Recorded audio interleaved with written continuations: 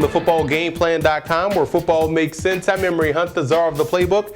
Bring you our NFL Week 8 preview between the Seattle Seahawks and the St. Louis Rams. Now let's take a look at some keys to victory for both teams, starting with the Seahawks. When you look at the Seahawks in this matchup, it's all about breaking their tendencies early. Throw it a little bit more than usual just to loosen up that box, or even better yet, just spread the field and you can still stay with your power running game, but you have to switch up your tendencies this week versus a common opponent, the St. Louis Rams. And defensively, it's all about defensive coordinator Dan Quinn going against offensive coordinator Brian Schottenheimer. That chess match will take place this Sunday. I'm interested to see what he dials up defensively versus a new quarterback in Kellen Clemens.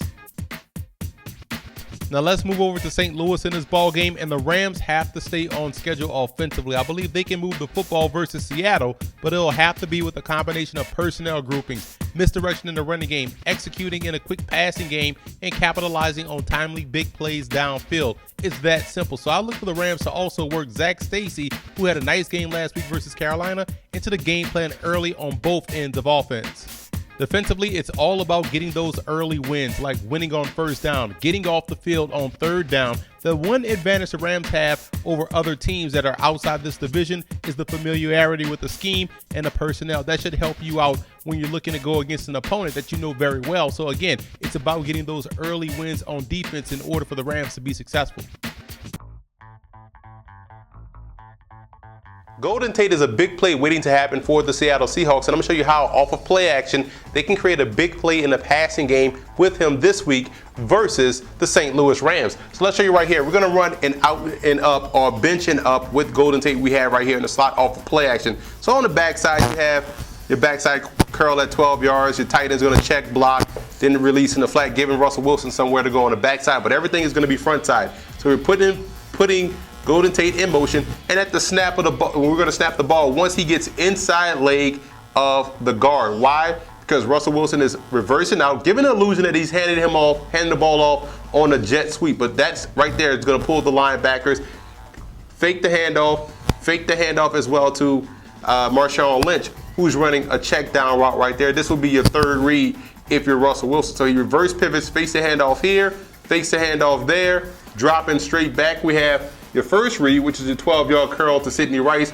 You can hit that anytime, the 12-yard comeback, You can hit that anytime you want. Now he's reading the defender. If they're in man, this is where you want to go because you're going to want to go to Golden Tate because he's running out, but he's going to turn it up. He's going to run away from anybody right here on the out and up. Now you also know if this is zone, you definitely want to hit your first read, which is why that curl route, a comeback route, is your first read. Versus zone, comeback versus man, you got the out and up to go to take deep down the field. Even if you have the time in the pocket and you know this is cover two, you have the hole in between the safety and the corners to hit the big play downfield. So I think this is one big play they can utilize this week versus St. Louis to get Golden Tate the football, create a little bit of misdirection with the fake jet sweep, the fake inside zone, weak side zone to Marshawn Lynch, and hopefully hitting the curl or the out and up or the bench and up. So that's one way they can create a big play this week versus the Rams utilizing Golden Tate. The St. Louis Rams do have the athleticism on the defensive line, especially at the defensive end position with Robert Quinn and Chris Long. I think this week versus Seattle, they can drop those guys in certain situations in a zone blitz in hopes to create a big play or a turnover or get Russell Wilson to throw into a trap defense, still playing their cover two on the back end so that way they can still play contained versus Wilson if he wants to get outside. I'm going to show you what I'm talking about here. Now we're going to have the outside linebackers blitzing, but they're contained blitzers. You want them to get to the quarterback, but you also want them to keep contained on the outside. So this is the key. And don't worry about the pro set. I know the Seahawks don't run pro set. This is more instructional for the defense, but you have your outside linebackers protecting the outside. They're responsible for that D gap, but they're also blitzing but playing contained in case Russell Wilson wants to go this way or that way. They're trying to keep him in the pocket.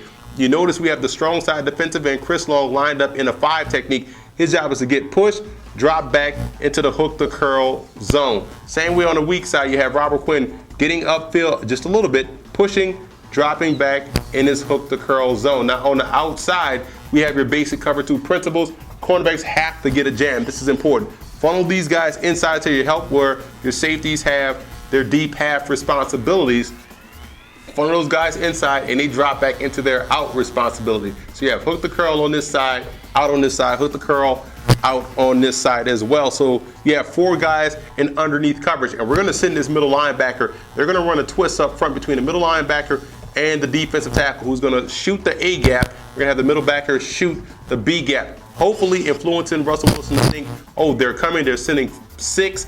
We got to get rid of this football quickly to a slant, which will be right there in the hook the curl, which will be right there in the hook the curl as well on the strong side. So you also have this defensive tackle getting penetration. His job is to get pushed through the guard to the inside. Try to push that pocket for defense to create an advantage and hopefully forcing Wilson to throw into a trap defense. So this is how they can get pressure with 4, 1, 2, 3, 4, but also still drop 4 underneath in coverage, 1, 2, 3, 4, and still be protected on the back end with 2 safeties. So give it that 2 safety look, that cover 2 look, but you're still sitting at 4, but you're zone blitzing, bring your defensive ends on the outside in the hook to curl area, and I think they have the athleticism to make it happen. And this is one way they can create some confusion for Wilson in that offense, especially for that offensive line, in hopes to get a big play defensively.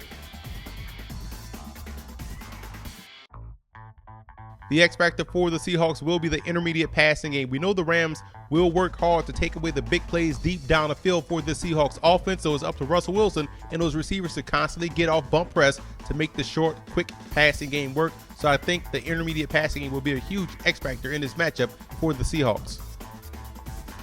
The X factor for the Rams will be the obvious one. Kellen Clemens needs to play a very solid game. He doesn't have to be Jim Everett. He doesn't have to be Kurt Warner. He just can't be a detriment to team success. If he can play a solid game, the Rams can win this one at home versus Seattle.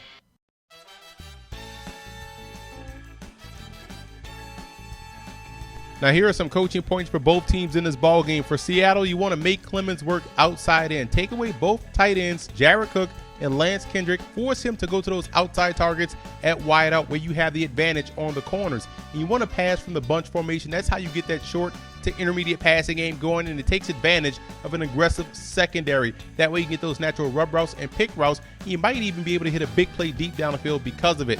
And I would say always rush the throw versus the Rams. If the Rams go to a spread set, always send extra off the edge, whether it's a linebacker, cornerback, or safety. Rush the throw, make him throw into a trap defense, and you can have success.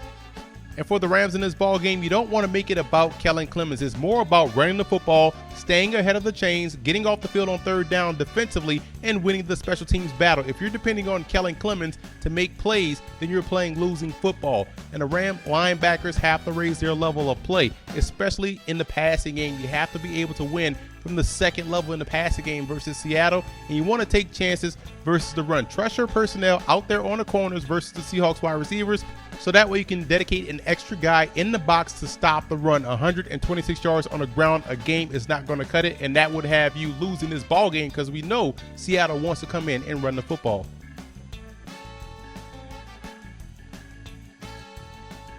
I like Seattle in this ball game. This is an unfortunate matchup for St. Louis, not because they're not talented. I think they are very talented on both sides of the ball. It's because they're breaking in a new quarterback, and although Kellen Clemens is a veteran, he still has to gain that continuity with these starting wide receivers. So I like Seattle to go on the road and knock off St. Louis. And I also want to give a huge shout out to Seattle fan forums and Ram fan forums for always showing football game plan support.